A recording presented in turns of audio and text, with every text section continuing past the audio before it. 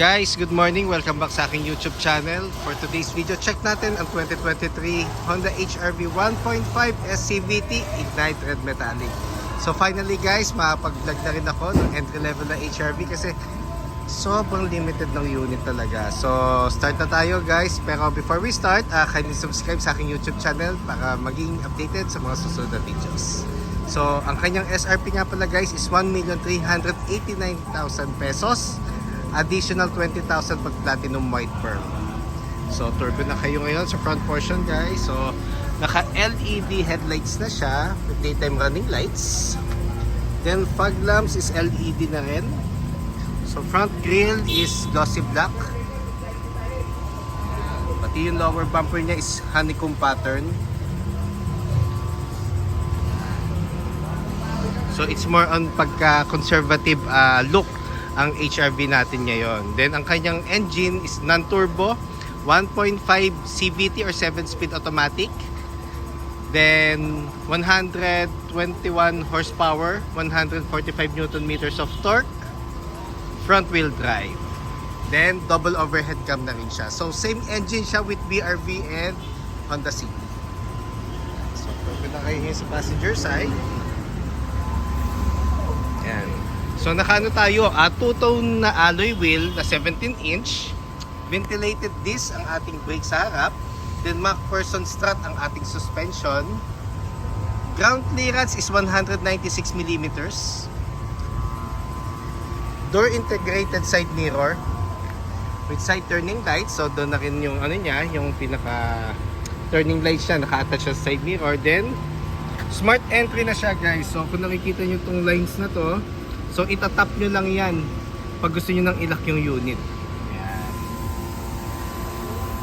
So dito naman tayo sa taas. So naka shark fin antenna na rin siya. Sa likod naman naka disc tayo, disc brake. Then axle type ang ating suspension. Then sa tail lamps LED na rin. Ayan. So ito yung kanyang back portion. Ganda, di ba?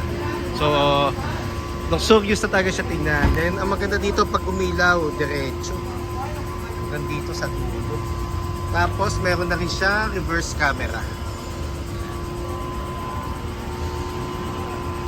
Yan nga pala guys, equipped na rin nga pala ito ng Honda Sensing. So additional safety feature siya na advanced technology ng Honda. Yan. So ito yung cargo space natin. Just in case na 2 passengers. Kasi naka ULT seats tayo sa second row. So flexible. Tapos meron siyang tonneau cover. Yan. So iano ko lang, iangat ko lang yung second row para at least makita nyo lang yung ano.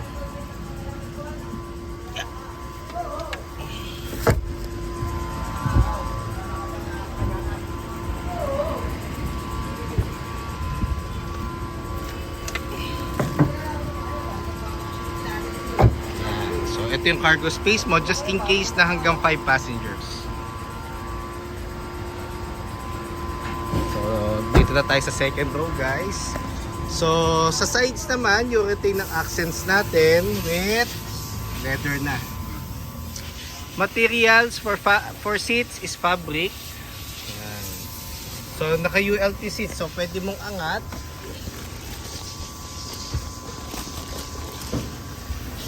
Yan. So just in case 3 passengers, puno na yung compartment, so may additional space ka dito. Yan. So flexible ang ating second row. Tapos meron na rin siyang aircon vent sa middle. Yan. Then ang ceiling nga pala natin is light gray.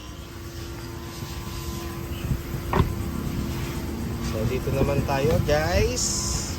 Yan. So dito, same command button. So power folding side mirrors na siya.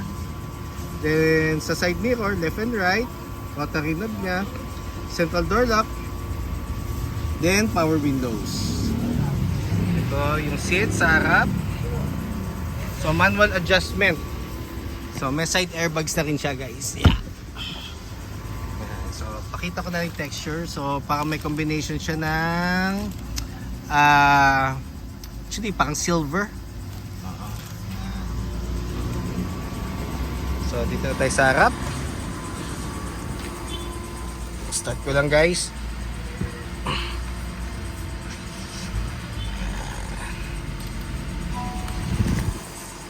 So, sa steering wheel guys, urethane ang texture. Then, sa spoke naman, may glossy black. So, audio control. Then, hands-free telephone assist. So, sa middle naman, sa pinaka-horn, urethane din ang texture. Then, Honda emblem sa gitna. So, normally, ganoon naman talaga ang setup. Then, glossy black for the adaptive cruise control and lane keep assist and other buttons. Then dito naman sa middle naman nakaano tayo analog and digital display. Sa middle naka 4.2 tayo inches na digital panel na colored. Yan. Basta Honda Sensing ang unit natin, colored na ang digital panel natin. Yan. Tapos meron na rin siyang paddle shifter. So yun ang maganda sa lahat ng variants ng HRV, lahat may paddle shifter na. Yan. Tapos yan, push start button. Touchscreen audio unit with Apple CarPlay and Android Auto Ready. So ito yung hazard. Aircon buttons natin. So ito yung thermostat. Ito yung fan. Ito yung ventilation. Tapos meron tayong port for charging. Tapos ito port for Apple CarPlay and Android Auto. Yan. Tapos power source natin is nandito. Yan, so pwede sa dashcam, pwede to. Tapos itong portion na to, it's more on sa cellphone, sa wallet, just in case kung ano yung gusto nyong ilagay dyan. Then transmission natin, so same as City, nandito yung kanyang pinaka manual key na para pag na-discharge yung battery, dito nyo lang po siya ilalagay. Transmission, ayan, so park, reverse, neutral, drive, and sports mode.